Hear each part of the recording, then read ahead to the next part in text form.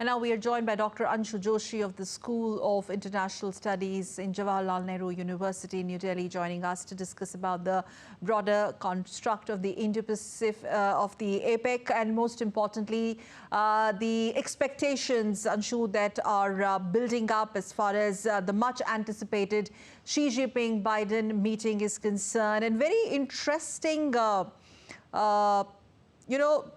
stand, if I may be allowed to use the word, or perhaps the statements that are coming up from the White House and Mr. Joe Biden himself, that he's categorically said that U.S. is not looking at decoupling the relationship, rather changing the relationship. But at the same time, both sides are maintaining in some way or the other that there should not be much expected out of it. Your opening remarks, how critical are the timings when the two leaders meet? Well, it is going to be the first bilateral meet between Xi and Biden in last 6 years. The timing is critical. You are absolutely right. When we look around ourselves and when we look at the present geopolitical situation and especially the challenges, we see that Russia-Ukraine war is not stopping.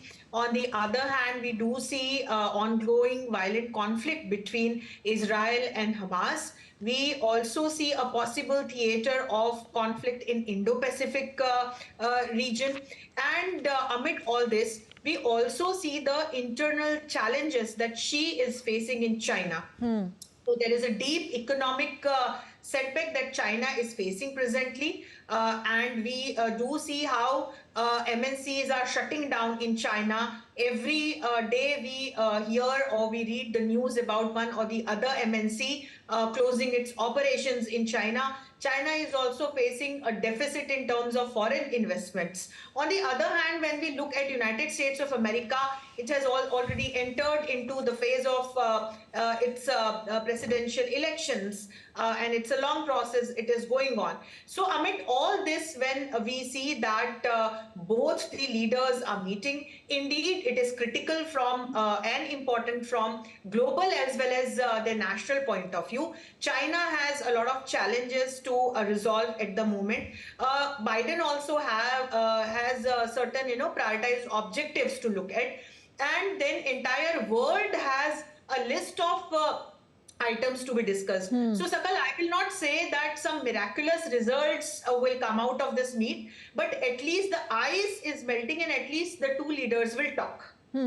Ice is melting, two leaders will talk, but are we also looking at this in a larger contour of relationship, US and China, a sort of, or some sort of reset?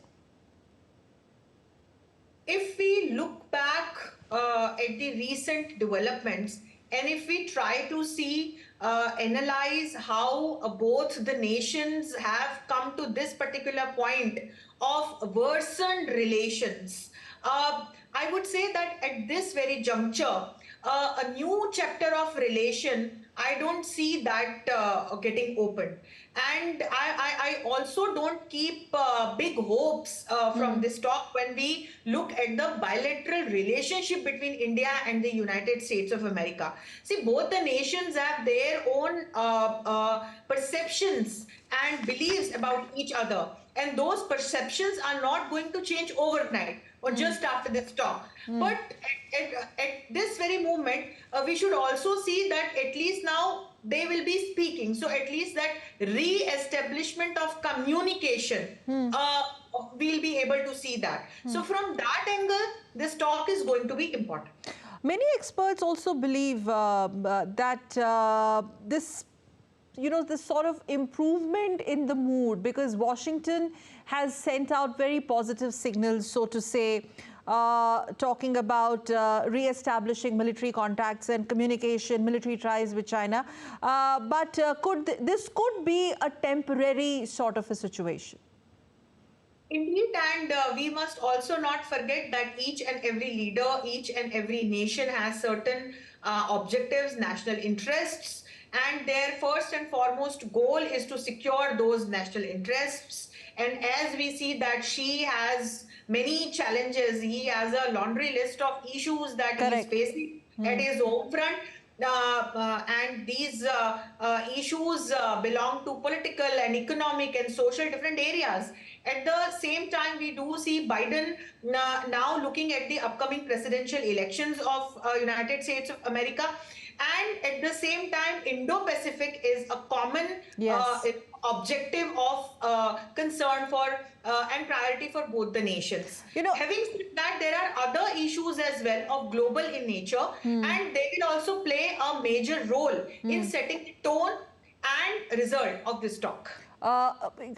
Before we go to the issues that are global in nature and the balance of power and what is happening in Israel, Hamas, and then Russia, Ukraine, and all of that. China, you spoke about the 2024 elections that Biden is looking at. And then China has also its own issues to deal with when it comes to Taiwan, which it claims to be democratically elected and, that it is its own. So difficult for both leaders, like some uncomfortable, difficult conversations, or they will try to just navigate through these issues which are not very comfortable for both of them?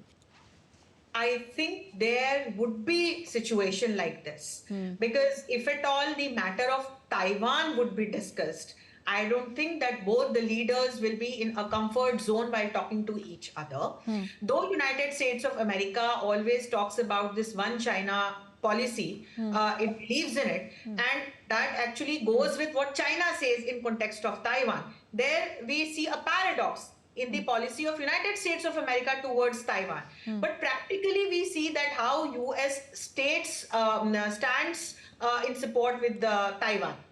And this particular issue of Taiwan also is of global in nature because it actually impacts the whole balance of power in the Indo-Pacific region. So if at all this kind of issue will be discussed, the leaders would not be in a very comfortable situation. For that matter, if at all Russia-Ukraine war would be discussed, the leaders may have difference in opinion. And coming to the another domain that pertaining to economy, there, so I think there would be some differences. So there would be differences, and that is what all the experts are speculating. But the good thing is that at least they would be sitting in front of each other and they would be talking to each other instead of a war of statements that both of them have been doing for past couple of months or years. Right. It'll be very interesting to see, Anshu, what's going to be really the outcome of this meeting when we have the statements issued from both sides, despite the history of traditional rivalry, the issues that you talked about in terms of divergences, or if at all they will converge on some. Meanwhile, that's all we have time for. Many thanks, Anshu. It was such a pleasure talking to you as always. Thank you.